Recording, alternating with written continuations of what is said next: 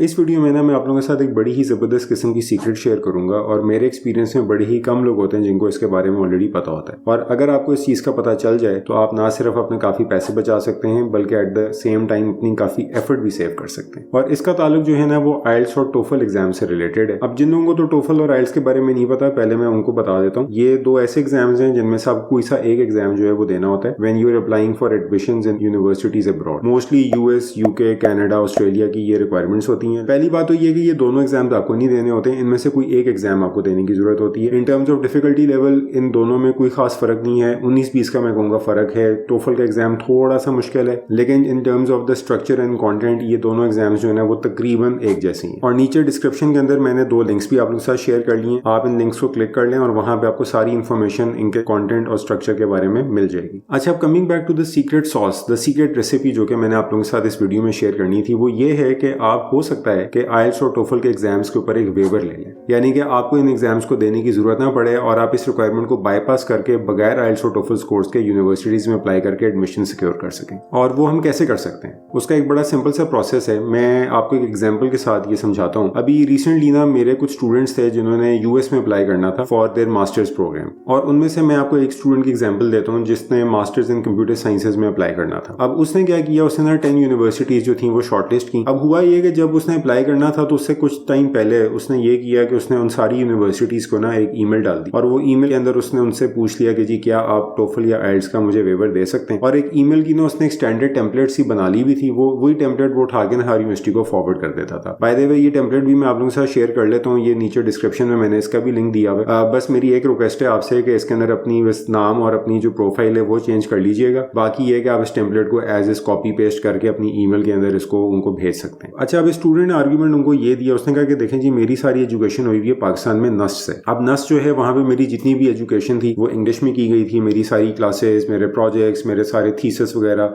वो हर चीज जो थी ना मैंने इंग्लिश में की हुई थी, तो लिहाजा मुझे इंग्लिश प्रोफिशिएंसी को प्रूव करने की क्या जरूरत है। उन 10 में से तकरीबन 6 यूनिवर्सिटीज ने उसको कहा कि जी आप इस तरह करें कि जी आप अपनी ये डॉक्यूमेंटेशन जो है ना पूरी कर दें हमें और ये डॉक्यूमेंट्स हमें भिजवा दें, हम उसके बाद इसको इन्वेस्टिगेट करके आपको एक फाइनल डिसीजन दे देंगे। अब उसमें डॉक्यूमेंटेशन क्या थी, कुछ यूनिवर्सिटीज ने कहा कि जी आप अपनी डिग्री और ट्रांसक्रिप्ट हमें जमा करा दें, उस ट्रांसक्रिप्ट के ऊपर लिखा होना चाहिए कि जी आपकी सारी एजुकेशन जो है, कोर्सेज जो है वो इंग्लिश में आपको दिए गए। और या अगर आपके पास ये वाली चीज नहीं है तो आप इस तरह करेंगे, एक यूनिवर्सिटी के लेटर हेड के ऊपर ना हमें एक लेटर सबमिट करवा दें और वो उसमें यूनिवर्सिटी ये लिख दे कि जी इस बच्चे की एजुकेशन जो है वो सारी की सारी इंग्लिश में हुई हुई, जितनी भी कम्युनिकेशन थी, इंस्ट्रक्शन थी वो इंग्लिश में थी, प्रोजेक्ट रिपोर्ट्स वगैरह हर चीज इंग्लिश में थी। और ये सारी चीजें वो लिखवाने के बाद उसने यूनिवर्सिटीज को सबमिट कर दी। अब उन 6 यूनिवर्सिटीज में से हर यूनिवर्सिटी ने ना तकरीबन उसको वेवर दे दी, और जो बाकी 4 यूनिवर्सिटीज थी जिन्होंने उसको वेवर नहीं दिया, फिर उसने ऑब्वियसली ये किया, उसने टोफल आइल्स नहीं दिया, क्योंकि उसका आर्ग्यूमेंट ये था कि देखें जी मैंने वो 4 यूनिवर्सिटियां कोई इतनी आउटस्टैंडिंग किस्म की तो हैं कोई नहीं कि मैं उनके लिए जाके अब टोफल आइल्स दूं, उसके ऊपर $150-200 भी खर्च करूं, महीना तैयारी के ऊपर भी लगाऊं।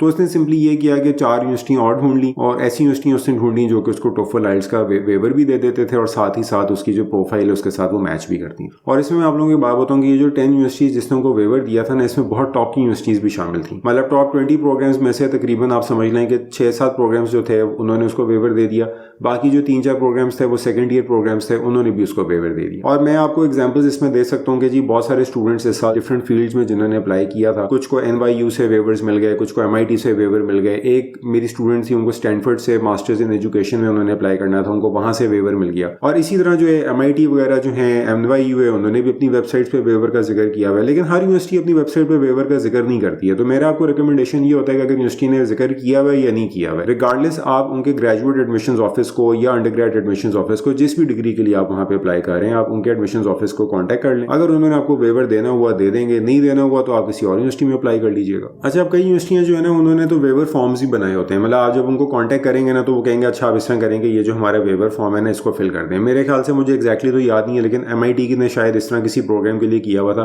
कि जब स्टूडेंट्स उनको कांटेक्ट करते थे ना तो वो उनको एक वेवर फॉर्म भेज देते थे। वो वेवर फॉर्म के अंदर जो भी उनकी रिक्वायरमेंट्स होती थी वो पूरी करने के बाद जब वो अप्लाई करते थे तो उनको with in a couple of weeks जो था वो MIT बता देता था कि वो वेवर उनको मिला कि नहीं मिला। लेकिन मैंने जिस तरह आपको कहा कि ये वेवर लेना बहुत आसान है, मतलब इसके अंदर कोई इशू नहीं होता, क्योंकि देखें जेन्युइन सा केस है।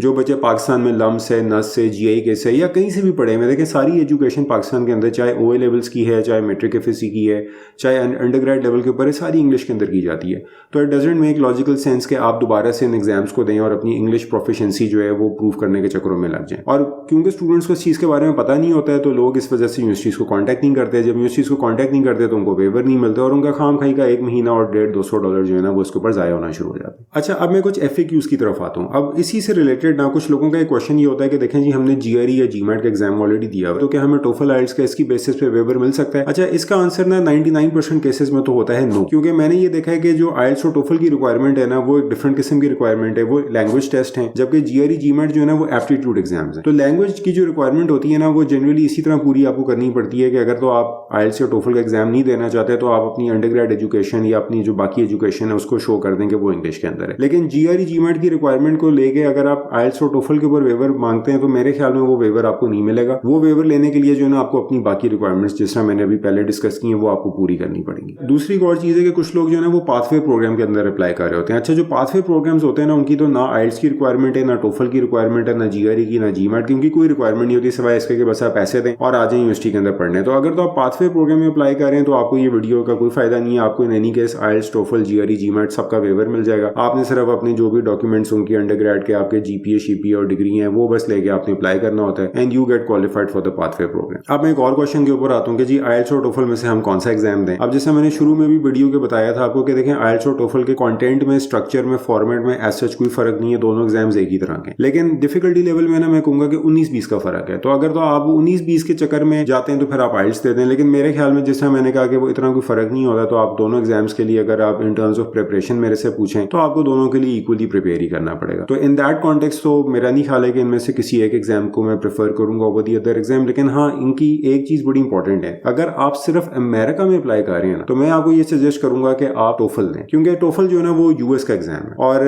US की हर यूनिवर्सिटी जो है ना वो TOEFL को एक्सेप्ट करती है। लेकिन कुछ ऐसे बीच में हैं गंदे अंडे जो कि IELTS को एक्सेप्ट नहीं करते। और इसी तरह अगर आप अमेरिका से बाहर भी अप्लाई कर रहे हैं, कनाडा है, UK है, यूरोप है, ऑस्ट्रेलिया है, तो फिर मैं आपको ये रिकमेंड करूंगा कि आप IELTS दे दें, क्योंकि अमेरिका से बाहर ना हर यूनिवर्सिटी IELTS एक्सेप्ट करती है। अगेन कुछ गंदे अंडे वहां पर भी हैं जो कि TOEFL एक्सेप्ट नहीं करते, क्योंकि आप ये अंडरस्टैंड करें कि देखें IELTS जो है ना और TOEFल ये अपनी अपनी एक इनके बिजनेसेस हैं, इन्होंने पैसे बनाने हैं, जिसका जहां पे दाव लगता है वो अगले को अंडरकट करता है, अगले को बैन करवाने की कोशिश करता है। तो सिंपल सा आप एक असूल रखेंगे, अगर आप US से अप्लाई कर रहे हैं सिर्फ और कहीं अप्लाई नहीं कर रहे तो आप TOEFल दे दें। अगर आप और जगहों पर भी अप्लाई कर रहे हैं तो फिर आप IELTS का एग्जाम दे दें। और मैं एक और चीज भी आपको बता दूं, मेरे ख्याल में TOEFल के अंदर एक और एज थोड़ा सा ये है कि आप TOEFल जो है ना वो घर बैठे भी दिया जा सकता है। तो TOEFल वालों ने ना एक सर्विस लॉन्च की है पेंडेमिक के बाद, वो है TOEFL एट होम वाली सर्विस। तो आप घर बैठ के अपने लैपटॉप्स के ऊपर एक इंटरनेट कनेक्शन के थ्रू आप TOEFल का एग्जाम घर बैठे बैठे भी दे सकते हैं। तो ये एक छोटा सा अगर फीचर मैं रखूं तो मेरे ख्याल में TOEFल का थोड़ा एज है, क्योंकि आपको पता ही है कि पाकिस्तान के अंदर पेंडेमिक की वजह से कभी जो है टेस्ट सेंटर खुल जाते हैं, कभी बंद हो जाए। तो अगर आप उस इनकन्वीनियंस से बचना चाहते हैं तो आप TOEFल का एग्जाम घर बैठे बैठे देते हैं। वो तो आप किसी भी टाइम के ऊपर ना 4 days a week वो एग्जाम होता है और आप उसको किसी भी टाइम के ऊपर आज बैठ के आप कल की डेट भी ले सकते हैं। तो इन दैट रिगार्ड मैं कहूंगा कि TOEFल का थोड़ा सा एज है, लेकिन other than that in terms of difficulty level, content वगैरह वगैरह IELTS और TOEFल जो है वो एक्जैक्टली सेम एग्जाम्स हैं। अच्छा, अब कई लोग हैं जो कि फुल ब्राइट पे अप्लाई कर रहे होते हैं, तो फुल ब्राइट के लिए भी मैं थोड़ा सा यहाँ पे डिस्क्लेमर दे दूं।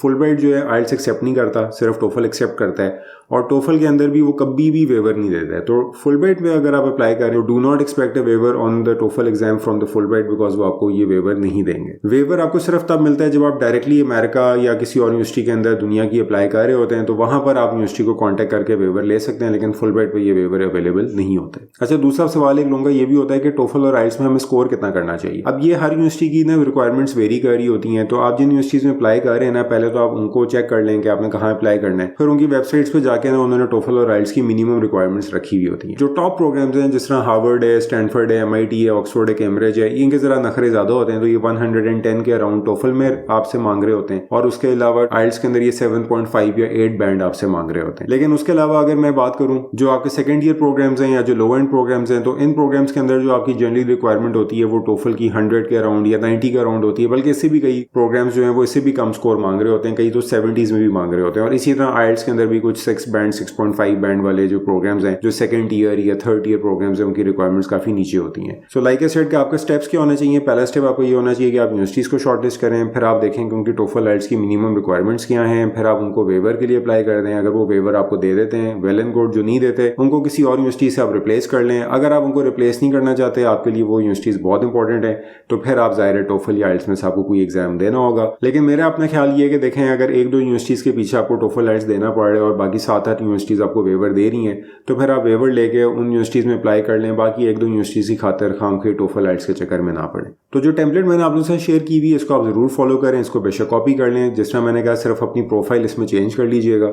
वो चेंज करने के बाद send this email to the university, get a waiver from them and save $200 and some of your valuable time. और अगर ये चीज़ आपके लिए वर्क करती है, और आई एम वेरी होपफुल कि ये आपके लिए वर्क करेगी, तो प्लीज़ मुझे कमेंट सेक्शन के अंदर ज़रूर बताइएगा कि आपके केस में यूनिवर्सिटी ने क्या आपको रिप्लाई किया।